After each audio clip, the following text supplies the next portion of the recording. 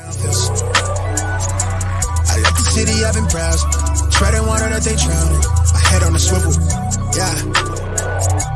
It's only really my surroundings.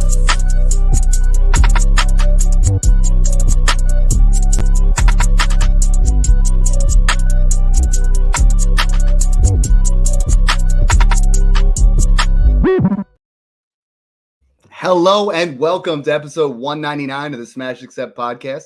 I'm your host, Michael Royer. You can find me on Twitter at DynastyDadFF.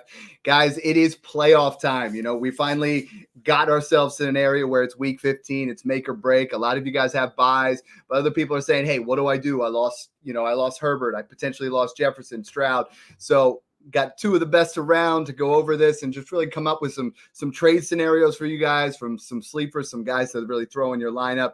And without further ado, I want to introduce Mung. Mung, this is episode 199. Just sounds crazy. You know, we're going to go 200 next week. But how are your playoff teams looking, man? I mean, where are you at? What are some things? I mean, did you have any of those major losses going on?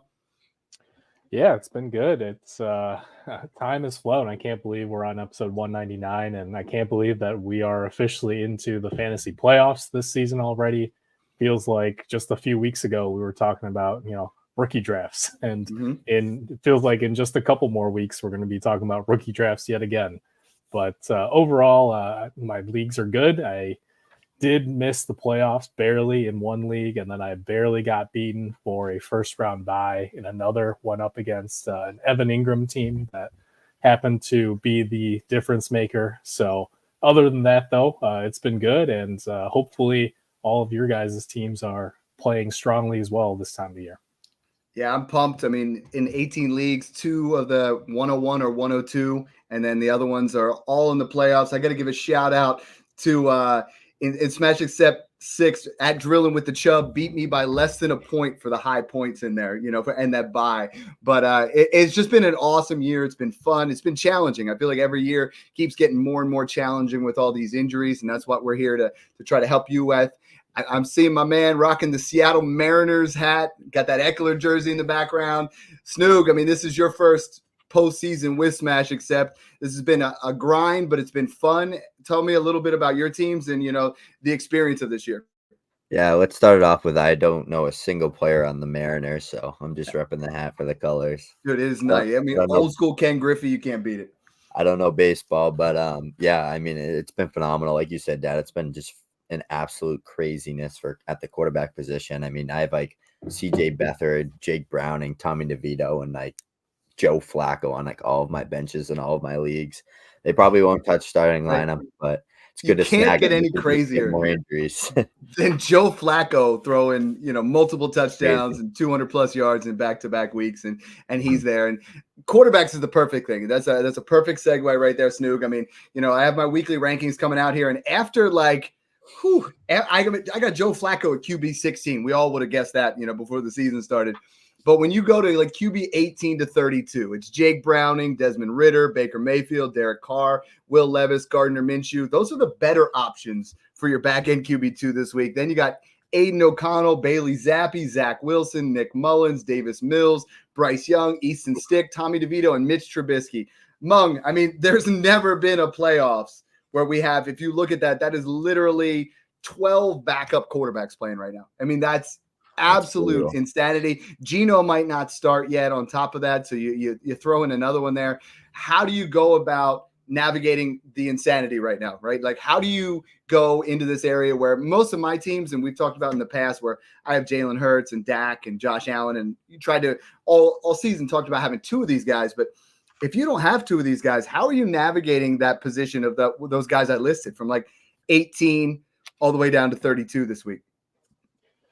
Well, this might be the first fantasy playoffs in recent memory where even in Superflex, it might actually be advantageous to start a non-quarterback in that Superflex spot, because traditionally we always say, right, quarterbacks, because they are the focal points of their respective offenses, generally have the highest weekly floors and ceilings. So you even want to play an average quarterback over an above average running back or wide receiver. Now, obviously, the elite players at running back and wide receiver negate that advantage. But again, when we're talking about so many backups in the league right now, and you split those up right into the serviceable backups like the Tommy DeVitos and Jake Brownings of the world in recent weeks, versus the hashtag hot garbage quarterbacks, which you really want to avoid even in those more advantageous matchups, right? How much do you really trust Drew Lock against the Eagles? And he played well against the Niners, but there's always that thought in the back of your mind, right? He could have 5 points, 0 points, -2 points. It's always tough. And I think that's where you really have to look at the projected matchups. Are you a big underdog this week? Did you barely sneak into the playoffs? And if so, do you need a massive week so you're willing to roll the dice on some ugly sounding quarterback names? Or are you a projected favorite and you'll get by with, say, 10, 12 points from a running back or wide receiver in that super flex option this week and live to fight another day? So in the fantasy playoffs, it really comes down to being able to evaluate your weekly matchups and setting the best possible lineup. I absolutely love that. Then. Yeah, I got one for both go of ahead. you. Jacob, so context is always key for situations like this when you guys are setting your lineup. So let's just say Superflex 6-point passing, normal PPR. Are you starting Jacob Browning over Garrett Wilson or Tony Pollard? Basically like a keep trade cut for starting this 4-point or 6-point passing? 6-point. I'm starting Browning. Browning has been serviceable. You know, he has had 2 solid weeks there. He's got the weapons. Garrett Wilson's coming along really nicely. You know, like over the last – in the Zach Wilson starts, if you look at it, he's getting peppered. He's getting 8 to 10 targets almost every single week. So, I mean, that's probably giving you a base of 15 to 18. And then Pollard in there, man. Are you the projected favorite? You know, like I think Pollard and Wilson are a lock for like 15 to 18. 6-point passing, Browning has that opportunity to put up a little bit more. Mung, what do you think? Yeah, like I said, Browning's in that category that I would say is serviceable. So I do lean him, especially in 6-point passing. We've seen that the Vikings have a really good run defense, and the way to attack them is through the air. And with a healthy Chase and Higgins, even though he didn't really throw to them last week, I do still lean Browning. Now, again, what comes into play is the scoring format, right? Everything is very specific when you get to the fantasy playoffs, and I do think that matters in this particular example. 0.25, maybe you lean Pollard. Well, he's coming off backup QB4, back-to-back QB4 weeks, which is insane. I mean, almost 2 28-point games against very solid defense. How many – Pollard's done that once this year, and Garrett Wilson has not done that at all. Yeah. So, I mean, the one thing that would make me a little bit hesitant is that Browning has gotten there the last couple of weeks with a couple of rushing touchdowns, right? And we know, again, the defensive line, the front 7 is the strength of that Vikings defense. So that does make me a little bit nervous, but still, I think they pass a little bit more, and we see less mixing here. Do you think their front 7's better than Pittsburgh or Jacksonville, though? Jacksonville has got they got some closers on that D line. Same with Pittsburgh, and he put up 14, 28, then 27 against Indy, which is another like respectable defense. So I think, like you said, Mung, I think context is key with this in scoring format because the 6-point passing. I mean, if you think he can hit like 1.5 touchdown passes, that's 12 points right there if he hits 2 of those. So I think that's what matters because he's probably not going to be a guy that consistently throws for 300+ yards, but all it takes is Chase to house a 70-yard screen pass or a slant or them get down to the red zone and it's a fade to T. Higgins and he makes an incredible play. So when the quarterback has phenomenal talent around them, they're due for big weeks and you just got to ride with that over a guy that has hit 20 points once in their season so far and a running back that relies on 8 passes to have a good week or a touchdown. Speaking of big weeks, my guy that I'm trying to go out there and acquire everywhere. I mean, I've already gotten 2 shares for the playoffs. I'm trying in other areas with a pair of seconds. You might have to pay a 25 first.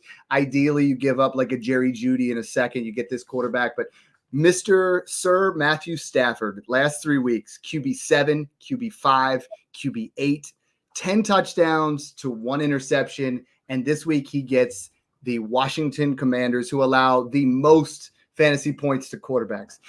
Chances are, if you have Matthew Stafford, your team's fringe playoffs or you didn't make the playoffs. You know, this is an area where Snoog, what I do is like I'm looking at all these rosters. I mean, most of my teams that have buys, I got 2 of these guys into this area.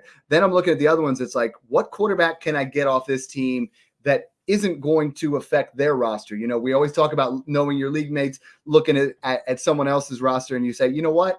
You know, this is an area where I give up Kirk Cousins in a second or a pair of seconds, or I give up Aaron Rodgers, who's on my team. I go after this and I say, you know what? That guy doesn't need Matthew Stafford for the stretch run. He this week is my QB6. And I think the cheapest option right now, the only other guy in that area that's you know going to cost you a first, maybe a little bit less, is Brock Purdy. And we talked about it last week. I mean, you're not getting the elite level quarterbacks this time of year. You're going to have to pay insane amounts, right? Once you get to that trade deadline, Matthew Stafford and Brock Purdy are really your best 2 options. Yeah, and like you said, Dad, Stafford just lit up 2 of the best defenses in the league in Baltimore and Cleveland, and now he has a cakewalk matchup. I mean, Washington, one of the worst defenses in the NFL, New Orleans, who can't move the ball unless it's through their running back, and the Giants, who are just an absolute joke this year. So, I mean, statistically and based on everybody's prediction, the next 3 weeks should be 20-plus point games for Matthew Stafford with a healthy Cooper Kupp and Puka Nacua. So I'm excited. It's funny that you said that because he's a guy I've been pushing 2 seconds and throw-ins, trying to get him in every league I can because the Justin Herbert injury stabbed me in the back because he was my most owned dynasty QB. Second most owned dynasty QB was Joe Burrow. So quarterback-wise, I'm kind of struggling. I've been turning a lot of those players into like Trevor Lawrence's and Lamar Jackson's, but I did one trade that was kind of weird.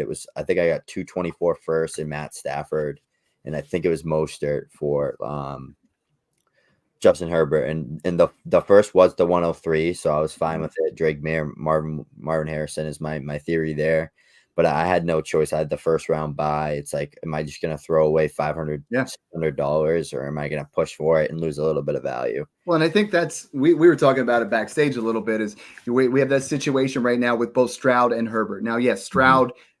He's in concussion protocol. I think maybe he suits up, but we'll see how it goes. You know what I mean? But you got to hold on there. But if you have both of these guys, and I know Herbert's a little bit different because you're not going to have him for the entire playoffs.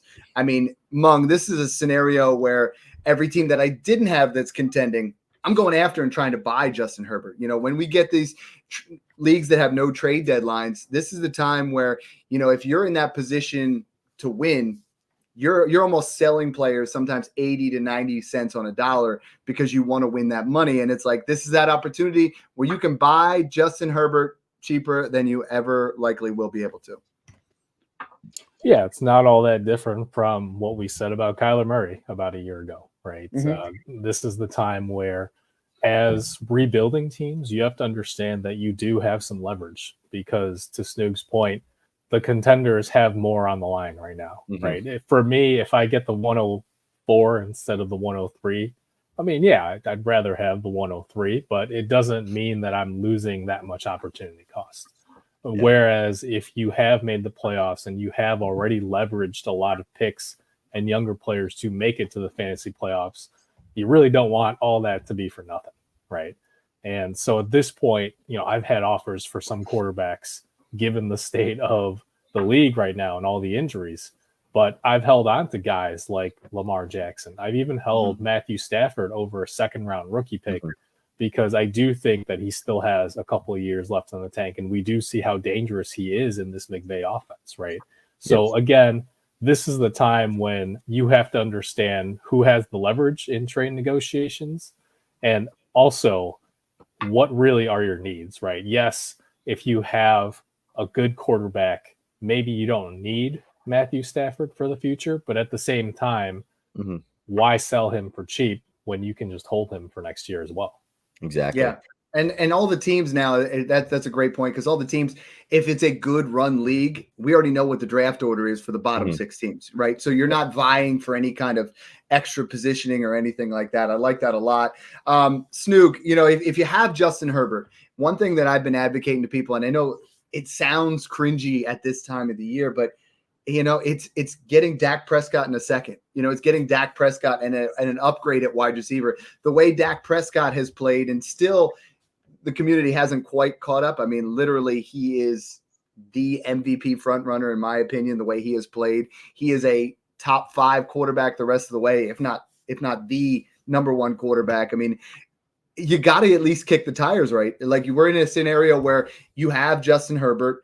I mean, who else are you going down to? You're going to Dak. How much farther down would you consider going? I mean, because you look at some of these other quarterbacks and, you know, you're going to have to add on top to get to Lamar. Trevor Lawrence has a horrible schedule the rest of the way. Tua, we saw what he is without Tyreek Hill. They have a horrible schedule the rest of the way. Kyler Murray, Purdy, you know, they're going to be – Purdy has a phenomenal schedule. Jordan Love's got a couple nice matchups here, but you're going down pretty far. Dak Prescott seems to be the best option to scale down just a little bit. And are you okay with a contender giving up Justin Herbert to get Dak Prescott in a second? Yeah, I literally did that trade the other day. I gave up Herbert. I got Dak in just 2 random 25 seconds. Smashed it. He was the guy. He has Caleb Williams as well, and he just had Dak. He did a late strip down, sold everything. And he just had like the worst team in the league, but so many picks. So he was like, listen, like I want Herbert. I have him still as a top 5 dynasty QB. I was like, I'm not going to overpay to down tier to Dak. So if you send me something I like, some good value. So I got 2 seconds on top. I also traded him and Nico Collins for Trevor Lawrence and a late 24 first. Again, I think I lost value wise on that, but you got to take what you can. I think you got to see, you have to see what you're dealing with. You know what I mean? Like, I've done the same thing where I went with a team that was, you know, that was starting a rebuild and I'm contending, and I got Kamara, Kelsey, and Dak for Herbert and Trey McBride. For me, I got 3 starters who are going to win me the championship. For him, he's got a nice set of guys that he's going to start to rebuild around, you know? And I think, Mung, we get into an area where we talk about it all the time. It's like, you're not trying to rake that other guy over the coals. You're trying to look at how can I make your team better for next year and how can I improve my team for right now? Yeah, and again, schedule really matters, right? You're not looking at name value this time of year because 2024 and beyond don't necessarily matter. Purdy and Dak, those are the 2 guys, as you mentioned, who have phenomenal schedules for the fantasy playoffs. Absolutely. Potential shootouts, you know, the next 3 weeks for the Cowboys. And none of those defenses scare you. And then with Purdy, it's just as long as Trent Williams and Deebo Samuels are healthy, he's got basically a 15-point floor every week and a 30-plus point ceiling. And again, you mentioned tiering off of Herbert for guys like that over Trevor Lawrence, and I agree. If you're contending, you do have to weight the current value a little bit more, because I always say that my in-season dynasty rankings reflect more like rest of season redraft rankings. Yeah. Then the only other guy that I'm considering in that area is Justin Fields as well. After he gets done with Cleveland this week, Justin Fields is a buy, because for me, I was on Zoltan's pod the other day and we were talking about it. Like, he has played well over the last couple stretch where he is going to be a QB1 with his rushing floor. And you have an area where it's like, okay, this guy is either going to go to Pittsburgh or Atlanta or someone else next year, where Justin Fields is still going to be a starter in this league. And I know some of the rebuilding teams are kind of off of that a little bit, but you look at week 16, he gets Arizona. Week 17, he gets Atlanta. He's in that same area. Snoog, if you got to tear down from Herbert to Fields or Herbert to Purdy, what are you looking realistically to get on top of those two players? I'm kind of really high on Purdy. I think he's like very close to cracking my top 10. I think I got probably like Dak, Purdy, Richardson, and like Kyler in that tier of just I think it's 8 or 9 to 12 ish. I think I literally, no lie, take Purdy over Tua today. I think Purdy is literally better. I think he's in a way better situation. Elite offensive line. If I come to you today, you got Herbert, I got Purdy. You're in the playoffs. I am not, and I offer you Purdy in the 107. Smash or pass? I'd take it. Okay. All right. Mung, is that enough for you? Yeah, if you have a strong enough roster outside of that one QB spot. I like it a lot. This has created an opportunity where in your rebuilds you could have picked up Anthony Richardson. You could have picked up, Joe Burrow. Now you can pick up Justin Herbert, and we talk about that all the time. If I share with you my Smash 4 team, every single player outside my wide receivers is an injured player. It's just buying those guys that are going to get automatic recoups. We knew Kyler was going to do that. Now all of a sudden he's right back where he's going to be. Justin Herbert as soon as he's healthy, which is a broken finger, this isn't an ACL, he doesn't move anywhere in my dynasty rankings. He's in that 4, 5, 6. He's not going anywhere out of that tier no matter what. So, I mean, this is an opportunity for you to go buy Justin Herbert. And these are some opportunities that we've given you to, try to sell into that certain situation. Mung, I want to talk about the running back rankings here. It's like, I want to talk about this week. There is, the quarterbacks are light, but running backs right now, I mean, I'm looking at it and there are like 15 to 17 deep of matchups that I have no problem rolling out there. I mean, I got smash starts. Obviously, McCaffrey against the Cardinals. Kamara gets the Giants. Bijan gets that number 1 most points per game against Carolina. Kyron, these guys are all the smash plays. Let's talk a little bit about the guys that I'm getting the most questions are you comfortable starting both A-Chain and Mostert? Are you comfortable starting both Gibbs and Montgomery this week? I mean, the Dolphins get the Jets and the Lions, they get a nice juicy matchup with the Broncos. Are you willing to roll out 2 guys this week? Is this an area where we start to do that, or do you start to move around a little bit? It's really tough because Connor Williams is a huge loss to that Dolphins offensive line, especially when they are already missing Teron Armstead. Mm-hmm. It makes me super nervous. And I was someone who was very high on all the Dolphins players heading into this season. Mostert, even though he had the great game against the Titans, I'm actually more nervous about Mostert than Achane for the fantasy playoffs. And the reason is I do think they prefer Achane in the passing game, which gives him a higher floor and ceiling in PPR. 100%. And Mostert's been a touchdown machine to this point. But without Connor Williams, I don't know how much they're going to be slamming him into the defensive line near the goal line at this point, or how successful they would be. So Mostert makes me way more nervous for the fantasy playoffs than Achane does, even though, again, he had the big game. And when you look at the upcoming schedule, right, the Jets this week, it's easier to run on them than to pass on them, but still they have a solid defensive line. And then Dallas and Baltimore, both games where they could be trailing, you could easily see that project to be a lot more of an Achane heavy game script. And then he's also the one who gives you that big playability, right? They missed, Tua missed him on what could have been like an 80-yard touchdown last night. And so going forward, I would much rather have Achane for the fantasy playoffs. Mostert this week in my rankings will probably be a risky touchdown-dependent flex. And I would have Achane ranked a little bit higher in PPR formats. Mostert becomes like, there was a guy in the Patreon today said someone offered him Aaron Jones in the 25-second. It's like Mostert on a lot of teams is a depth running back for you. He's been phenomenal with obviously 16 touchdowns. This is that opportunity where, he's 31 years old. This is your last opportunity. If you are, as Mung said, like you got to know where your leverage is. If you're a rebuilding team, Raheem Mostert does not belong on your roster. If he's already still there, now is the time to trade him. You get rid of that type of player, as opposed to if you have Justin Herbert, it doesn't matter, right? Like you're holding on to those areas if you have some of those players. But if you have a Raheem Mostert, we're getting close to the end of time for those kind of guys. Even if you're contending and you have Mostert, I would be okay with moving him on the name value to another contender, right? That it's the kind of thing where like you hope that you're making a smart move. Maybe it comes back to burn you. Maybe he goes off and still somehow gets 2 touchdowns against the Jets. But Mostert has basically been,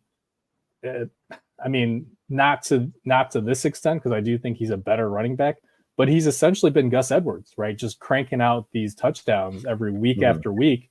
And he really hasn't done a whole lot through the air. And his yardage has been dependent on getting those leads too. So now if they're going to be playing from behind, I don't know how much you really want to trust him in the fantasy playoffs. Exactly. I mean, weeks 11 through 14, right now he's RB6 with 77 touches, which is just absolute insanity, and then you look at his red zone carries. He's also top 10 in that with 37 red zone carries across the season. So that's the allure there. But I get what you're saying is today I made a trade. I traded James Conner in a 25-second for a 25-first on a team where James Conner's my RB9.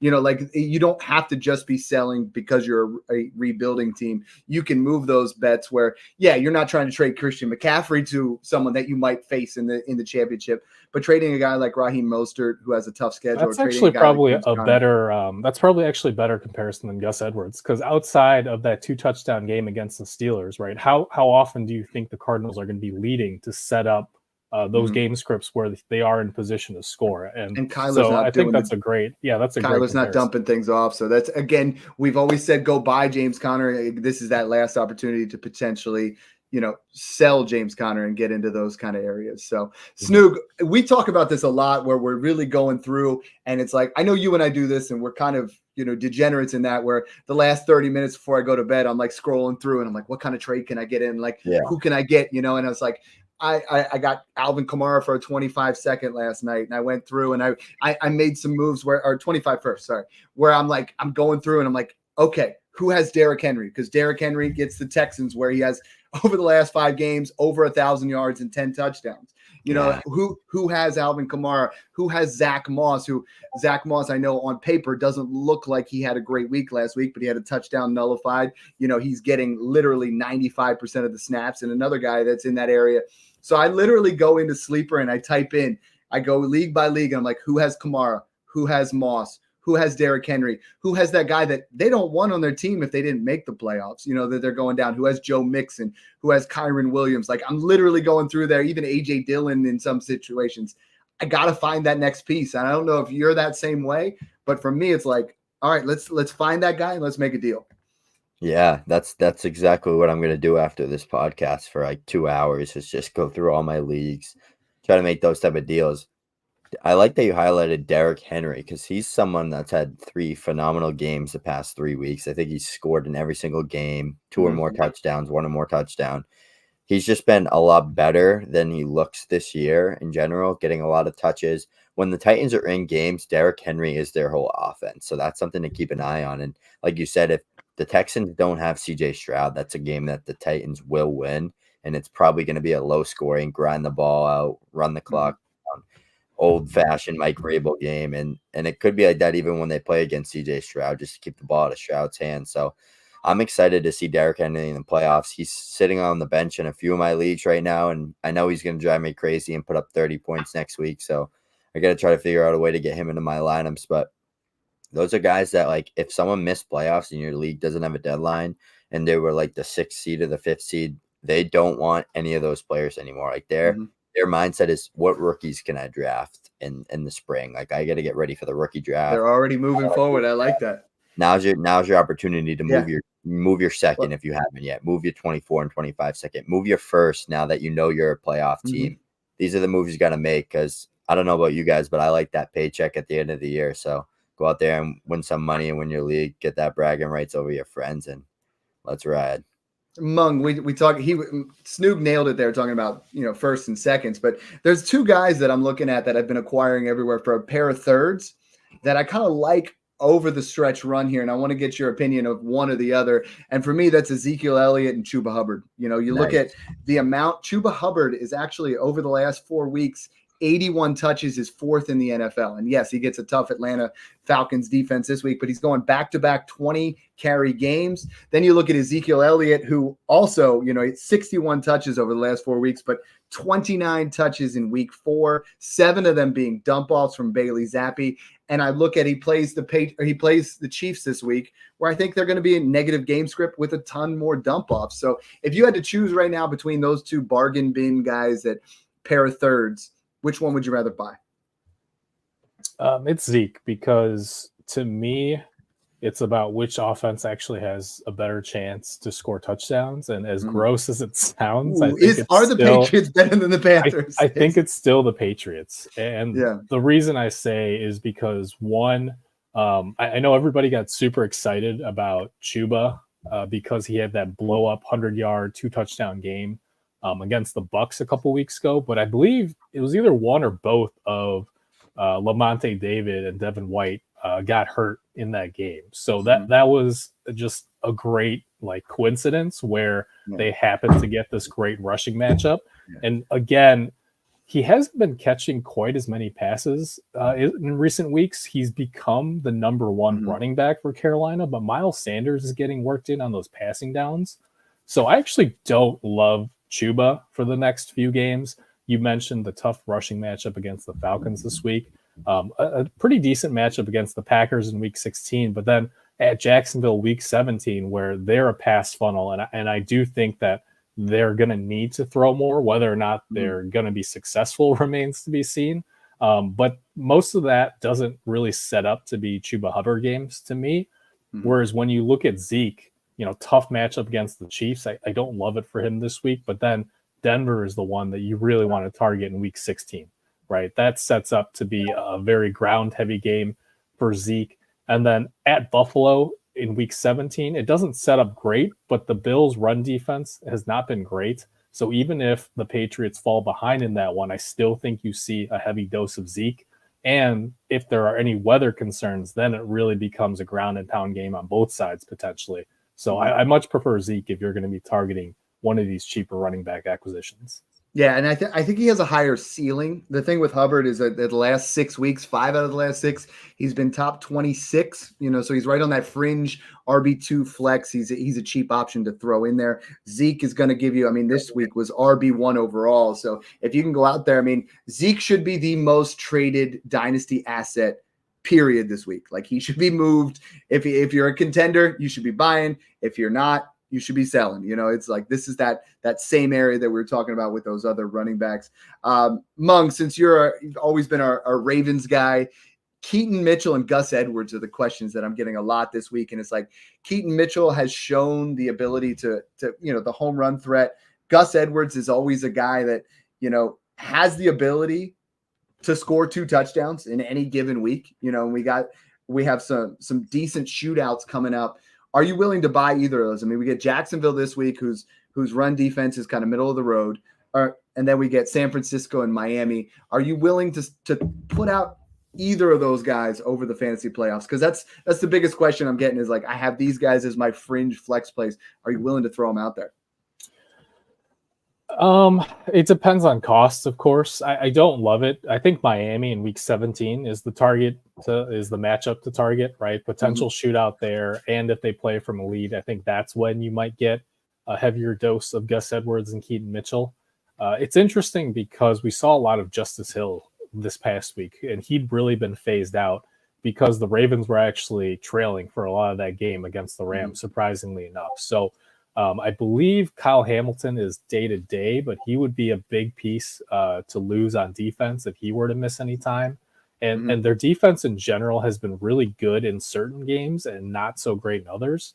So I'm hesitant to say that it's going to be very run-heavy against either the Jags this week or at the Niners next week.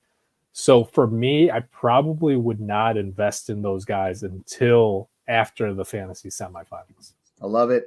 We talk about Brock Purdy's schedule being so juicy. Snoog, you look at Deebo Samuel, wide receiver 10, wide receiver 2, wide receiver 1, 3 weeks in a row. And, he had a different disappointing middle of the season. And if you have him, and what I'm noticing on most of my teams, I'm in 18 leagues and 10 of those were on teams that are not making the playoffs. Man, is there a better target at the wide receiver position to go out there and buy on a more discounted area than Deebo Samuel? I think given the fact that, they go up against Arizona this week, Baltimore in a potential shootout next week, and Washington in week 17, Deebo is my number 1 wide receiver buy. Stafford was the quarterback. Kamara is my running back. And I'm going after Deebo wherever I can get him because he still seems to have that major discount where I think you can get him cheaper than Ayuk.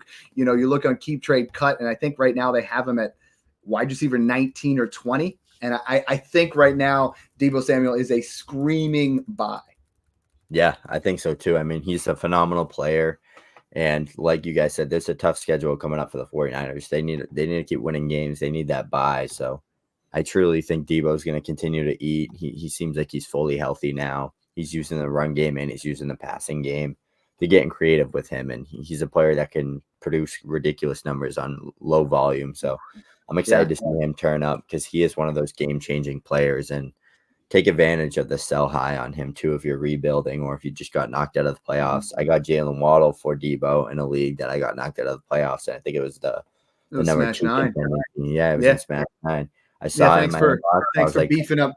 Thanks for beefing up my boys' team since I'm on bye. I get to sit back, relax a little bit. I saw that trade. I was like, all right, I'm smashing this. So he's 27.9, so he'll be 28 years old when it goes into next season. So this is that opportune time to sell as as someone that you're out of there. But He's wide receiver 23. I'm going to go over. We're just going to play a quick smash or pass. First one we'll do, Mung. You are in the play, or you're not in the playoffs. I have Drake London, Deebo Samuel. Who would you rather have? Is that a trade that you would make?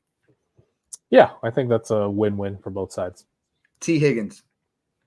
For Deebo? Yeah. No, I would keep Deebo, and I know we'll keep this quick, but mostly because I think T. Higgins is gone from Cincinnati next year, and I think Ayuk is probably as well. I just don't see how they have the money to pay him. And so I think both Deebo and Ayuk could be potential number ones for their respective teams next year. Snoog, you're trying to buy Deebo. Would you give up Rashee Rice, who's been red hot? Yep. Give me Deebo.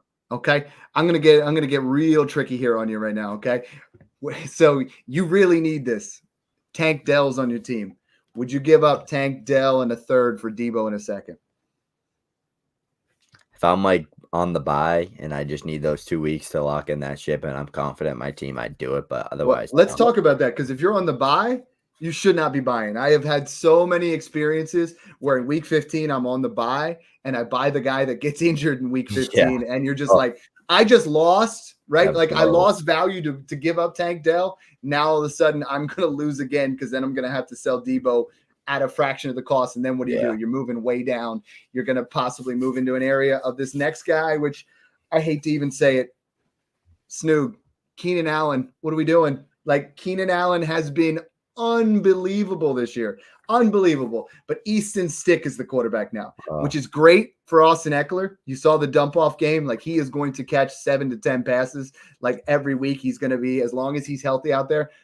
But Keenan Allen, I'm worried. Keenan Allen and Devontae Adams rest of the season, I view both of them as wide receiver twos. I see it with not quite the same amount of upside as some other guys in the wide receiver two. So you can't sell them at this point. What are you doing with Devontae, and what are you doing with Keenan Allen? And do you agree that they're in that wide receiver 2 range? Yeah, I think Devontae's a little bit higher because he's just so talented, and he has that connection kind of already built up with O'Connell, and they know that they need to get the ball to him. His target share has been great. I think Devontae could have a really big stretch of games coming up, and I think Keenan Allen is a buy because, like, why sell him when he's super talented? He's like the clear number 1 option for the Chargers. I mean, Stick needs to get the ball to him, and like he had a couple of nice bombs to Quentin Johnson. He didn't look horrible. Yeah. Like, he was doing okay, so I'm excited for that to see how that plays out. But I think like go to your local Keenan Allen owner and say, I'll give you my second for him, and see if they take it. Yeah, it just gets to a difficult situation where you're losing guys in those areas. Snoog, same kind of thing. I mean, what are you doing with all those veteran wide receivers? You have Tyreek Hill got a little banged up this week. Devontae Adams has struggled with the rookie quarterback. Now Keenan Allen has to deal with Easton Stick, and it's the pitfall that we talk about, right? Of investing in the older wide receivers. But we've also been talking about recently where these guys' longevity, along with Cooper Kupp. I mean, Cooper Kupp looked great. He finally looked a little bit healthy this week. How are you differentiating these 4 wide receivers, going into the stretch run? And can you make a trade for one to the other and try to move around? Yeah, I think Cooper Kupp's going to go on a tear. Like you said, like Stafford has a big 3 games coming up. I think Cooper Kupp and Puka are going to have really good 3 games. So I think that's a good stack to target. It's cheap. Washington, I mean, Emmanuel Forbes has been horrible, and he's like getting exposed all the time. The Redskins or the Commanders cornerback, and their defense has been terrible. I think they have like the least amount of pass rushes and sacks and all that stuff.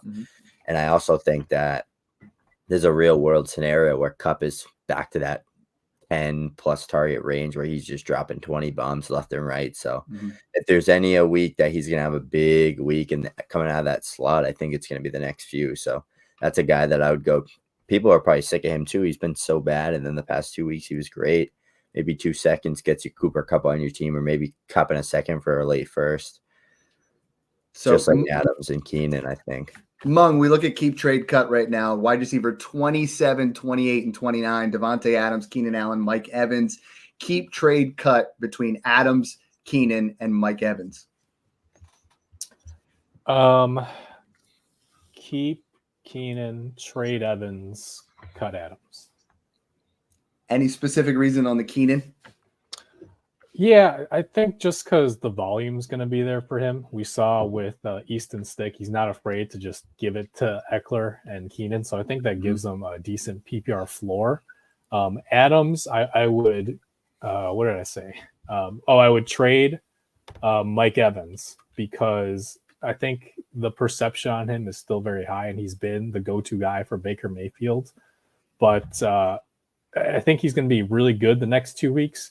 Week 17, fantasy championship week, going up against Marshawn Lattimore is a huge red flag. I would not want to start Evans. I think he's hurt, right?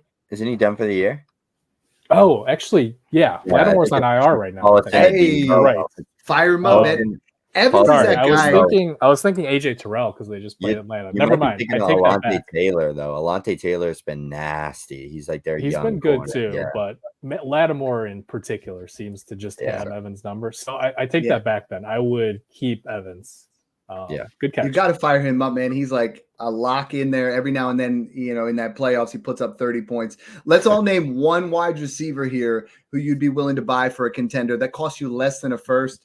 Mung, I'm going to give you a shout out here because, last year I was right. This year you're absolutely right. Courtland Sutton has been phenomenal. Courtland Sutton gets Detroit, New England, and then the Chargers, who are an absolute, bottom 5 when it comes against the pass. I think Courtland Sutton is a, wide receiver 14 to 18 rest of the season, and I am totally in on him. I got him for a 24-second, and I don't even remember. I was throwing in another wide receiver where, move into that area. I would move off of some of the guys that have more name cachet that aren't scoring you points, like a George Pickens, like a Hollywood Brown, and get yourself a Sutton plus, because I think Courtland Sutton is another guy that I think the rest of the way is going to be a nice little, wide receiver 2, wide receiver 3 area for you that's, potentially could win it. Snoog, who's your guy? DeAndre Hopkins. Nice. I think his matchups coming up, Houston twice. That's his old team. He's coming for blood. I have a good feeling. Levis just that catch he had this weekend was phenomenal. Dude, if he had any decent, if he had a Stafford, or if he had a Kirk Cousins, he would still be a top 5 to 8 receiver in fantasy. I'm so convinced. He's still so insane, and he gives me Larry Fitz vibes. He doesn't rely on speed or athleticism. He just knows where to be. Insane hands, great playmaker, an unbelievable spec catch. He's just a good football player, and he's still very good. So he's a guy I've been trying to buy everywhere. I've been trying to shoot out a second plus because you got the Texans twice, and then I think they have another easy matchup. I'm not sure. Hey, Bill. I'm not saying a first, but a pair of seconds, absolutely. I absolutely smash that. Mung, it's a little bit trickier being the third guy on the wheel here. So we're going to go to third, a pair of thirds after this. But if you're less than a first rounder, what wide receiver are you buying to kind of fill in that spot for your playoffs? I mean, I don't think you even need to give a second in most cases for Curtis Samuel. And, we talked about Washington a little bit already as a great matchup for the Rams this week. And really, they're a great matchup for anybody, right? They're going to be in these shootouts. They've lost the last couple of games, the last few games, 19-31 to the Giants, 10-45 to Dallas, 15-45 for Miami. And I expect a lot of the same in the next 3 games at the Rams, at the Jets, maybe not at the Jets. I won't go quite that far. I don't know about Zach Wilson putting up 30, but then at the Niners. And so these are all trailing game scripts. And even though the Jets is a tougher matchup in week 16, they're a little softer over the middle of the field. And Samuel seems to be Howell's guy. For whatever reason, Sam Howell hates Terry McLaurin. So, yeah, I think I think Curtis Samuel is a cheap PPR wide receiver 3 or flex for the fantasy playoffs. I like that. Even cheaper there. I like that. Snoog, you got another guy there where it's these cheap options. This guy was hey, I'm going to throw him in here because we're into an area where it's I'm really in desperate need of a wide receiver for week 15. Who are you going to throw in that spot? Sutton was definitely a name that I was putting in that category. Can you trust Adam Thielen ever again? That's who I was thinking of. I keep going back and forth. Jacoby Meyer and Adam Thielen I have in that fringe 30. Really cheap. Right. That's really cheap. Odell. The Ravens have a really, really hard like next 3 stretch of games. Lamar's going to have to be on point. They're going to have to throw the ball a ton. I think Odell is a guy that could find the end zone at least twice in the next 3 games. That's a guy that I'd target. You could probably get him for like a third. I like it. He made some crazy plays last week. I think he still has got a little bit of juice in him, so I'm excited to see him come out, and the Ravens finished off strong.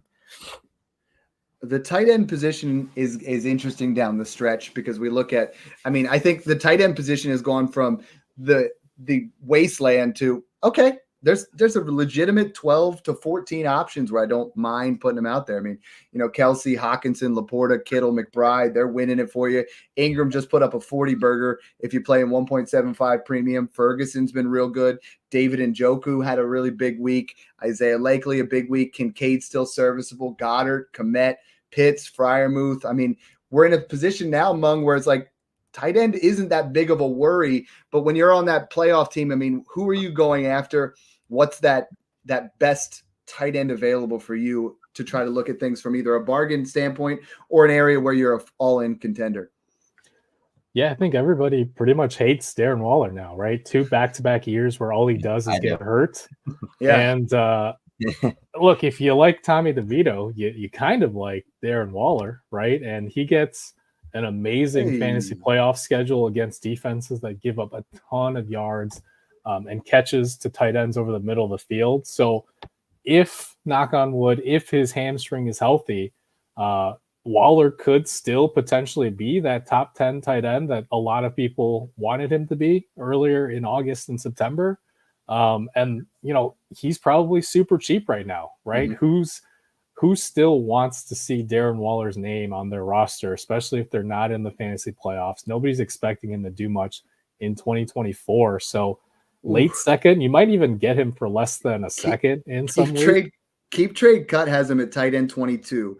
I traded him for Zach Moss straight up. We're in an area, and I've had other people that have been like, I don't even want to touch Darren Waller. So yeah, that's a his good name one is Mud, sure. Right? Should be pretty cheap. Snoog, there's 3 guys in the tight end 9, 10, 11 in most people's ranking that I want you to keep Trade Cut here between Jake Ferguson, Cole Kmet, and Pat Freiermuth. Keep Cole Kmet. I think he's the best. Absolutely, man. Why is he is the tight end 6 on the season and just has been fantastic, but yet he's probably that guy that never is worth a first round pick. Yeah, I definitely think that Cole Kmet's the clear best, and Fields feeds him.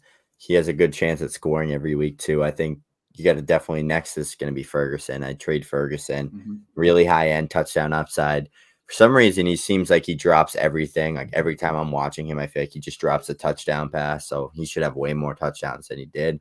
At one point, I know he was leading the team and the tight end position in red zone target share. So I think Ferguson's just a guy that could get you a touchdown and put up a good week for you. And then I'd lastly put Pat Freiermuth. I don't like Pat Freiermuth at all. The Steelers offense stinks, and I just don't see it. So, all right, let's say Ingram had the big week there. Mung, we're going to do the same thing with you. Little keep Trade Cut with Evan Ingram, Dallas Goedert, and Kyle Pitts. Oh, that's tough because I just don't know what's going to happen with Atlanta. I think I will keep Goddard. I would trade Ingram because his value should be up a little bit after last week, but I would sell high quickly on Ingram if at all possible. And then I don't want to cut Pitts, but I guess, he got a touchdown this past week. I don't know how much you can expect that going forward if it's Desmond Ridder, unless they're trading for a quarterback or they somehow luck into one this offseason. So I'm interested about the Ingram take where you're just trying to get rid of him. I mean, 9 out of his 14 weeks have been tight end 1. The last 3, tight end 10, tight end 2, tight end 1, and then gets Tampa Bay in week 15. Evan Ingram's almost like a Waller type thing where people don't necessarily want them on their team. And Snoog, I know you were trying to trade him in a couple of leagues and not really getting that. Is it an area that we talk about where it's like, if nobody wants him, should I be offering up a second for Evan Ingram? Yeah, I love that. No one's paying a first, right? Like that's what you were trying to get. No one's paying the first, but is anybody selling for a second? You know, like this is that I would not no sell man's for land. anything less than a first. I would not sell him. He is literally Trevor Lawrence's number one option every single time he drops back. Since week 2, he's not been under 7 targets. It's unbelievable. He has elite crazy to me. And he's finally scoring touchdowns. Like, he was doing this without touchdowns. I think it depends. If it's non-tight end premium, let him go for a second. But like, when he's getting that reception bonus, like, he's a reception hog. Like, this is a guy, Trevor Lawrence loves his slot. No more Christian Kirk. He's a guy that he just gave us like 40 points in tight end premium leagues, 35 plus. This is a guy that's going to continue to probably get 5 to 6 plus receptions per game, has a decent chance at scoring, and he's going to get a lot of yards with his yak. So he's my go-to target with Kittle at the tight end position, a lot cheaper than like the Kelce's, and they're going to give you guys big weeks. That's what matters at the tight end position. You need a low floor, but you want that big week upside, and those are the 2 number 1 tight ends that are on my trade targets. And we'll go back to Mung where you were on there. And then 2-part question. Just talk to me a little bit about Ingram. But then if you have Ingram and you don't like him, would you add a second for Kittle or a first for Kelce, or would you just stick with Ingram?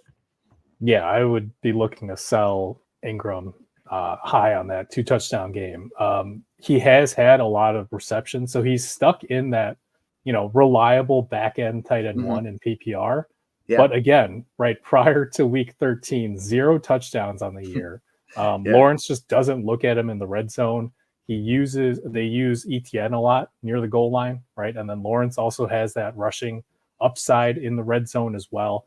And really, when you look at it, that game against Cincinnati, that was the backup who really checked down and padded those numbers late in the game, right? 9 for 82. And then Lawrence with a high ankle sprain against the Browns defense that you cannot throw outside against, obviously checked down a ton to Evan Ingram. And credit to him because he basically played like a wide receiver over the middle of the field. Yeah. And he was great, right? 11 for, what was it, like 100 yards and something and 2 touchdowns. I think he can be okay with Christian Kirk out for the fantasy playoffs. So I don't think he's a must sell, but I would be looking to sell in the offseason for sure. If you're fine keeping him for the fantasy playoffs, I think that's okay because Kirk is out, but I would not trust him for 2024 and beyond. My thing with that is Trevor Lawrence has struggled to hit his outside receivers all year. That's always been an issue with him throughout college, throughout his rookie year, through now. He's always struggled hitting that outside receiver. It seems like his eyes gravitate towards the middle of the field at all times. So he loves that easy pass. Christian Kirk, Evan Ingram, it's always been those 2 all year when they were healthy over Calvin Ridley. And we know Calvin Ridley's a better player than both of them. Like, there's no arguing that. We've seen what Ridley's capable of doing in glimpses, and his big games are big games. So that's my theory. And he does not throw the check down. Like, I mean, this guy will take a sack before he looks at Travis Etienne and throws it. And it's very frustrating for a Travis Etienne owner to consistently watch him do that. But it's just not a thing. So it's always, boom, what do I have at that like 5 to 10 to 12 range, or that deep crosser where Christian Kirk lives. So that's why I'm big on Evan Ingram, just because we're just really focusing on like Trevor Lawrence's tendencies and kind of how the Jags offense operates. But Mung, you're definitely right. I mean, Beathard's obviously going to check the ball down a ton. I think Etienne had like 3 catches in that one drive for 10 plus yards apiece, and Evan Ingram was eating as well. So maybe Trevor Lawrence needs to take some tips from TJ Beathard. Well, I think you have a point in that he could be a potential league winner in the fantasy playoffs. Yeah. So my stance on selling Ingram is more in the offseason, because I do think targets are going to get funneled more to Ingram over the next few weeks, which is perfect, right? We saw what Davis Allen just did against the Ravens, and now Evan Ingram gets them. And then, the Bucks and the Panthers too after that. So certainly fine for the fantasy playoffs. 2 more guys we got to talk about here. Absolute difference makers in Dynasty. It's the 104 and 105 overall, Justin Jefferson and CJ Stroud. So let's start with CJ Stroud, because I know that's your guy there. Snoog is, you're in week 15 and you got to win, and we've discussed this a little bit, similar to Justin Herbert. Like, if you have to win, are you taking Dak in a second for CJ Stroud? No. I brought the other one up to you, and I want to get Mung's opinion on it, but it was Stafford, Debo, and the 107 for CJ Stroud. Yeah. And that one you said no as well. So is this that area where it's like, I'm not giving up CJ Stroud because I don't want to be in that area? And it's like, but if you got to sit out there and you got to go out this week and start Tommy DeVito, hey, forget about it, huh?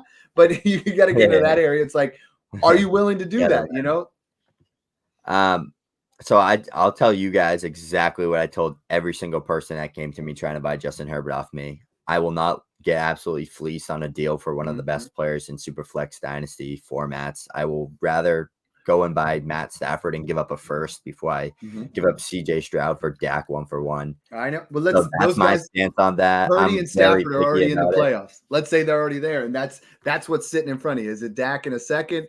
Is it Stafford in 2 firsts? Or are you just like, hey, you know what? I hope he plays. I'll pay my dues, and I'll hope that CJ Stroud comes back in week 16. I'll put all my fab in for Davis Mills and start him if I have to. This is where we differ a little bit. I'm making the move. You know, like if I get Stafford in 2 firsts, I'm going to try to trust my gut to go buy another CJ Stroud, if that even exists, you know, and kind of go in that area. Mung, how do you go about giving that advice to people? Because everybody's always asking, you know, like you have to know if you're that all-in smash guy, right? Like if you're playing in week 15, you might not be, you know, or you might have just had a series of bad luck, and Matthew Stafford's a guy that wins you week 15 and wins you week 16. Then you win the title. And it's like those kind of things, you know, winning is what do they say? Like that's a way to keep going with that, you know, like that's a way where it's like, okay, I can justify that, but it stings if you don't. Yeah, it's tough because I get where Snook's coming from, where just watching not even just rookie quarterbacks this year, just all quarterbacks. There are so many bad quarterbacks right now, right? It's kind of like what Brady said, where the watchability of the league has declined because overall quarterback play has declined, and Stroud is the lone exception.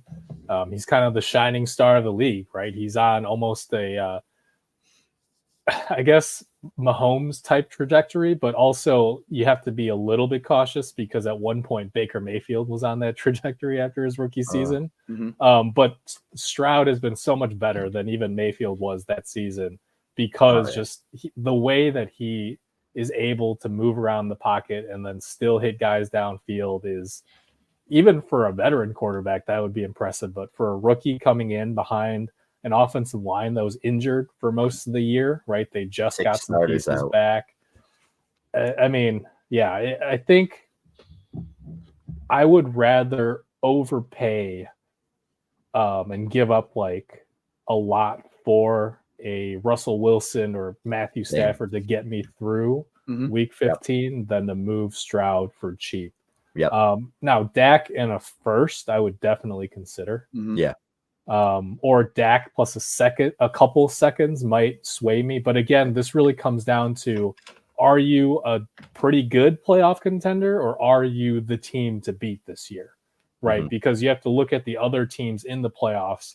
If you're facing a team that has like Lamar and Josh Allen and McCaffrey and Bijan, then, you know, just hold on to Stroud and hope you make it past this week. But if you're the team with McCaffrey and Bijan and, you know, whoever else, and you're the team to beat, that's when I maybe consider moving Stroud. Hey, careful with the Baker, man. 3,700 yards, 27 touchdowns as a rookie. Set the rookie record for touchdowns, man. Right. I mean, that's what I'm saying, right? Stroud looks to be ascendant, but we still have to keep that, you know, that 10% chance because we never know.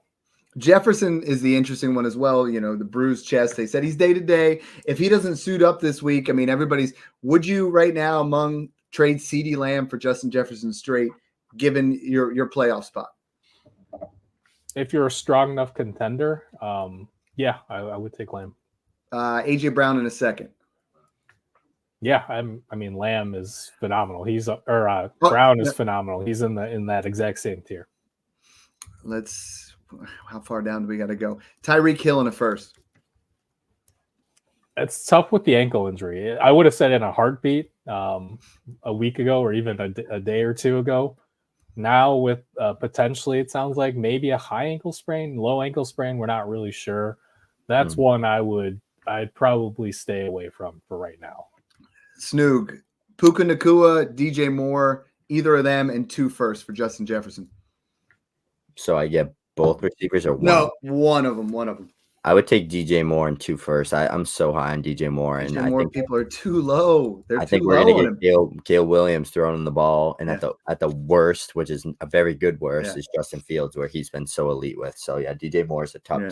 top 12 dynasty wideout for me. What people keep coming to me is they're like, and it's kind of like we talked about with the running back position. They're like, well, what about Garrett Wilson in a first? What about Chris Olave in a first? What about, Brandon Ayuk in a first?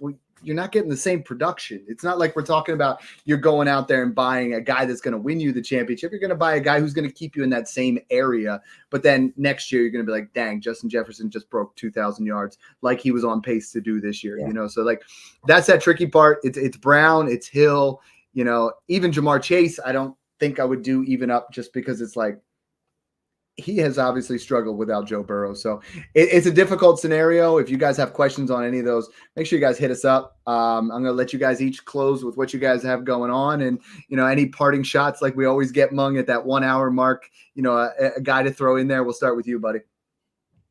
Yeah, well, first, I don't want to rain on the parade for DJ Moore, but I'm a little lower on him for the fantasy playoffs. When you look at the blow-up spots he's had, right, against the Lions, he had that free play, basically. We know Minnesota's secondary isn't great, and that was just pure volume, right? Tons of those screens, ended up having like 10, 12 catches. And then he blew up, the Broncos and the Commanders early in the season. So I'm a little hesitant to move Justin Jefferson for Moore in that deal. So I just wanted to throw that in. But, I mean, this is the time to stash running backs, right? It always is, because that's the position where we see the most roster churn, the most turnover, the most injuries, and therefore the most opportunities for running backs to step up. So I like guys like, if you're looking super free guys, Cordero Patterson, it's become more of a split between him and Tyler Algier behind Bijan. So we talked about the great playoff schedule for Bijan. Knock on wood, he stays healthy. But if anything were to happen, a lot of people are on Algier, but maybe not so much Patterson. The same goes for guys like Latavius Murray, who is just a name at this point. But again, if James Cook were to miss any time, he seems to be the next guy up. And then finally, I've talked about him so much, but Jordan Mason. A lot of people like Eli Mitchell as McCaffrey's backup, but Mitchell's constantly banged up, even missed last week, and he didn't even play much the week before that. So I don't trust Mitchell at all if McCaffrey were to miss time. And we talked about the Niners needing to win out to get that top seed. But at the same time, I don't think that they need to play too hard in some of these upcoming games where we could see McCaffrey eased back a little in anticipation for the playoffs. So if they're beating Arizona by 24 points in the third quarter this coming week, or week 17 against the Commanders, if they're up like 30-10 in the third quarter, maybe we see a little Jordan Mason as well. That's why, Mung, we got to start going like the NBA with a play-in tournament in week 7, 8, and 9, like the halfway point fantasy football. It might be a new tradition because, like this year, I mean, COVID year, you're like, dude, we lost everybody. You remember that? It was like Eckler, Kelsey, like everybody. Now guys are starting to drop again. So I like where you're at. Make sure you're stockpiling. Snoog, what's cooking, man? Yeah, make sure you guys tune in to the Twitter. I mean, we're going to be doing a ton of rookie stuff now that it's almost that end of playoff stretch time. Ton of dynasty threads, polls, all that good stuff. So we're going to be finding those values for you guys as well. And we're also going to be doing tons of off-season trading, grabbing those vets for super cheap because right now, or once the playoffs end, that's the best time to buy your Saquon Barkleys, your CMCs, your Tyreek Hills, your Devontae Adams, because people are like, all right, these guys aren't going to be good next year. Then that time rolls around where it's August and everyone wants them and the value doubles. So make sure you buy all those guys. That's what I was doing this time last year. Help me have a ton of contending teams this year. And also make sure, Mike Mung said with the running back position, stack your running backs, but also stack your wideouts and your quarterbacks as well. Make sure you have 3 tight ends, 2 to 3 tight ends. And get your Gerald Everetts, get your Taysom Hills to back up your elite tight ends. Go get your Jake Brownings, your Joe Flaccos. I like to run in all my squads with at least 3 to 4 quarterbacks that are starting. Like your Tommy DeVito's, your Jake Brownings, have 2 of those guys on your bench behind your 2 quarterbacks, especially in super flex and wideouts. I like to have 2 serviceable, very good wideouts on my bench at all times, like your D-Hops, your Cortland Suttons, your Adam Thielens, those type of guys that can play flex or step in and put up 15 to 20 points in that wide receiver 3 spot for you. So depth is key in the playoffs. Don't get screwed over because of injuries and because you didn't come prepared. Move your seconds. You can always buy them later. The last thing to say is abolish trade deadlines. Thanks for tuning in, guys, and enjoy the process. Get rid of them. No